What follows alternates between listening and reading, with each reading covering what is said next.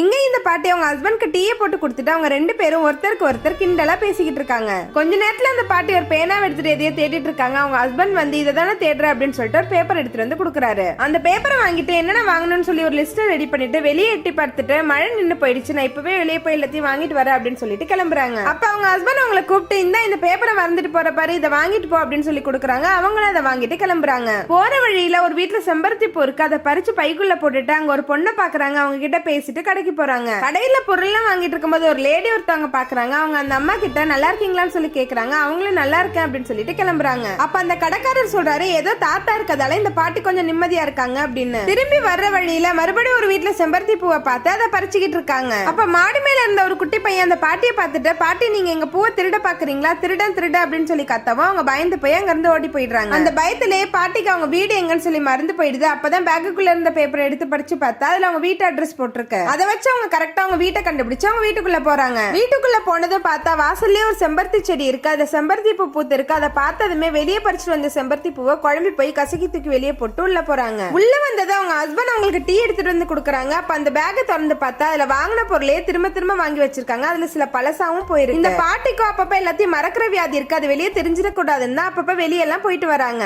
ஆனா அவங்க புருஷனுக்கு மட்டும்தான் தெரியும் இவங்க எல்லாத்தையும் மறக்கிறாங்கன்னு சொல்லி. அப்ப அவங்க ஹஸ்பண்ட் கிட்ட கேக்குறாங்க, வெளியே எல்லாரும் ஏன் என்ன ஒரு மாதிரி பாக்குறாங்க, நம்ம ரெண்டு பேரும் என்ன ஒரு வித்தியாசமான கப்பலா, எப்படி பார்த்தா என்ன நம்ம ரெண்டு பேரும் சந்தோஷமா தானே இருக்கோம் அப்படின்னு சொல்றாங்க. அவங்க ஹஸ்பண்ட் அந்த அம்மா கிட்ட அடுத்த மாசம் நம்ம பையன் நம்மள பார்க்க வரான் அப்படின்னு சொல்லி சொல்லவும், ஆமா அவனுக்கு ஸ்கூல் லீவ்ல நம்மள பார்க்க வருவான் அப்படின்னு சொல்லி சொல்றாங்க. அதுக்கு அவரு என்னது ஸ்கூல், அவனுக்கு 40 வயசு ஆகுதா, உன்ன பார்க்க தான் வர்றான் அப்படின்னு சொல்லவும், அவன் இன்னும் நமக்கு குழந்தை தானே அப்படின்னு சொல்லி அவங்க சமாளிக்கிறாங்க. பேக்ல செம்பருத்தி பூ இருக்கே, யார் வீட்ல இருந்து எடுத்துட்டு வந்த அப்படின்னு சொல்லி அவங்க ஹஸ்பண்ட் கேட்கும்போது, நம்ம வீட்லயே செம்பருத்தி பூ இருக்கே, நான் யார் வீட்ல போய் பறிக்க போறேன் அப்படின்னு அவங்க கேக்குறாங்க. உடனே அவங்க ஹஸ்பண்ட், ஆஹா எனக்கு மறதி வந்துருச்சு, நான் தான் தெரியாம கேட்டுட்டேன் அப்படின்னு சொல்றாரு. அவங்க கிட்ட வந்து, நீங்க இப்பெல்லாம் எல்லாத்தையுமே மறக்கறீங்க, நான் இல்லன்னா நீங்க என்ன பண்ணுவீங்க அப்படின்னு சொல்றாங்க. அதுக்கு அவரு, ஆமா இல்ல நீ இருக்கிறதால தான் நான் சந்தோஷமாவே இருக்கேன் அப்படின்னு சொல்றாரு. இந்த பாட்டியும் சிரிச்சுக்கிட்டே, ஓ நம்ம வீட்லயே செம்பருத்தி பூ இருக்குல்ல அப்படின்னு சொல்லி செம்பருத்தி பூவை போய் பறிக்கிறாங்க. கடைசி காலத்துல ஒருத்தருக்கு ஒருத்தர் துணையா இருக்கிறதே அழகுதானே.